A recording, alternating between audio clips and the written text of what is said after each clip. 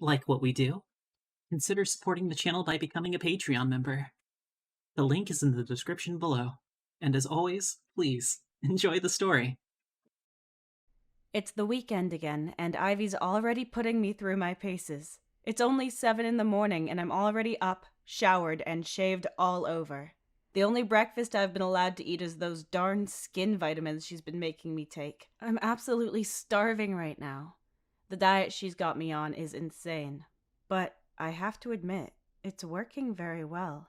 I've already lost some bulk around my shoulders. My skinnier body seems to be curvier, too. Not sure how that happened. But getting into Ivy's costumes has been easier. Why are we up so early? I whine, pulling a sour face as Ivy brushes my cheeks gently with her foundation brush. Ivy huffs and takes the brush from my face. "Jordan," she moans, "stop frowning so much." "I'm just asking, Ivy," I retort, annoyed at her attitude. "You know I've been feeling really tired recently. I don't see why we have to put my makeup on before breakfast." Giving me a grim look, Ivy impatiently places her hands on her hips. "What's with all this attitude?" "Attitude?" I reply in frustration. "I told you I'm tired, but you've still woken me up at the crack of dawn. I don't care how good you are at makeup. I think I'm starting to look ill." "No, you're not," Ivy grunts in reply, bringing the brush back to my face. "You're just being a real whiny little baby." "I'm not a whiny baby," I whinge, moving my face away from her brush. "I'm the reason your channel and socials are starting to trend. Thought you'd want to be a little nicer to me, considering." "Here we go," Ivy says, letting out a grunt in disgust. "Just because you're getting all of the attention online, you're all of a sudden a prima donna?" Turning rapidly to look at the frustration on her face, I feel my eyes watering. Is that what she thinks of me? I'm not trying to be a pain. I just wanted to sleep a little longer. "I'm not a prima donna," I cry as tears start rolling down my face.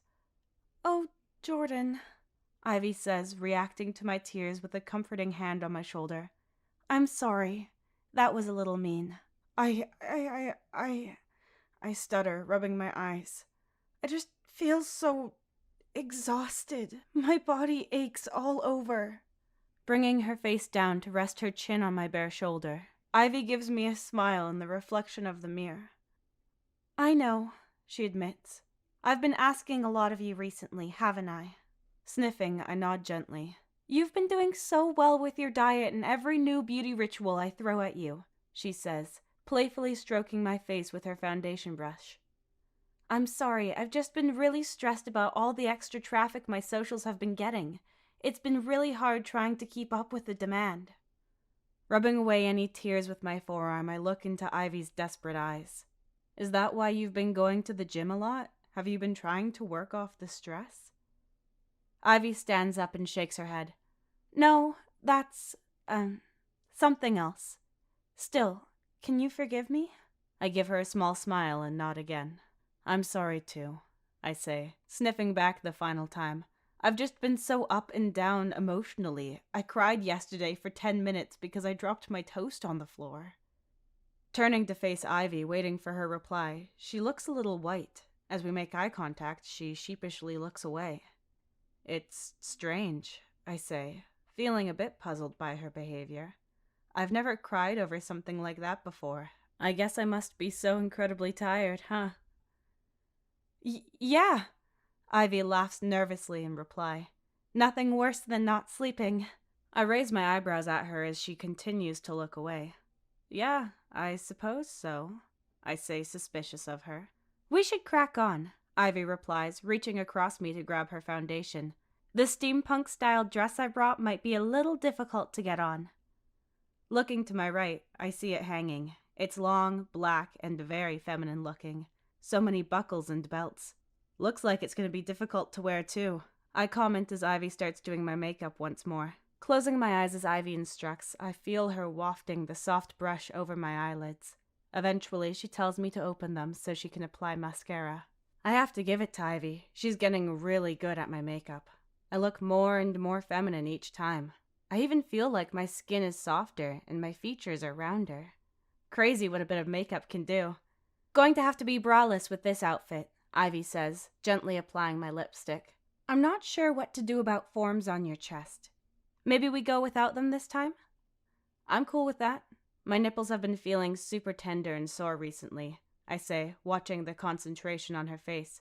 Plus, Dad moans about them making me look too feminine anyway. Ivy steps back and gives me a disapproving look. Stop worrying about him. I'm not, I quickly reply, holding my hands up. Honestly. Smiling, Ivy puts away the lipstick. Walking behind me, she stares at my eyes through the reflection in the mirror. I can see her studying my face for any slight imperfection. Giving me a satisfied nod, she soon turns her attention to my hair. Soft, Ivy remarks, running her fingers through my natural hair. Crazy that it's growing so fast. We might be able to style it soon. You think so? I ask, giving her a pleased smile. A girl at my school did ask me what shampoo I used the other morning. Made me feel pretty good about myself. Not surprised, Ivy giggles. It's incredibly soft and lush. I'm a little jealous. Maybe we don't need to get extensions after all. Allowing my face to drop, I look at my lap. You know I can't have feminine-looking hair, Ivy, I say, knowing the questions and teasing that may bring. I've already got kids at school pointing out how girly my eyebrows look. Kids, Ivy grumbles. Don't listen to them either. I look up and frown at my face full of makeup. I love seeing myself like this, but others don't seem to think it's normal. I'm finding it hard not to, I admit, feeling myself getting upset again. Jordan, Ivy moans, fanning my eyes. I know it's not nice, but please don't cry. You'll ruin the look. Sorry, I mumble, also fanning my eyes dry. It's okay, Ivy chuckles, chucking over the makeup around my eyes. Let's just get you all pretty in this dress and forget about everyone else. I look up at the dress again and notice how many layers of the skirt there are. So much material. It doesn't look cheap at all.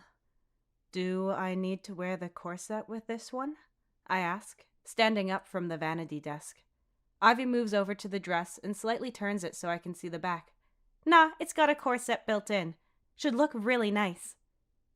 Ivy then instructs me to remove my pajamas so I can get into the dress. Takes her a minute to unbuckle all the belts and stuff, but soon she has it ready for me to step into for the first time. Pulling the hefty dress up into my body, I feel the tight-fitting dress compress my stomach and chest. The heavy skirt hangs from my hips as they take its weight. Feels really weird having my shoulders completely exposed like they are, but also super exciting. It makes me feel really euphoric.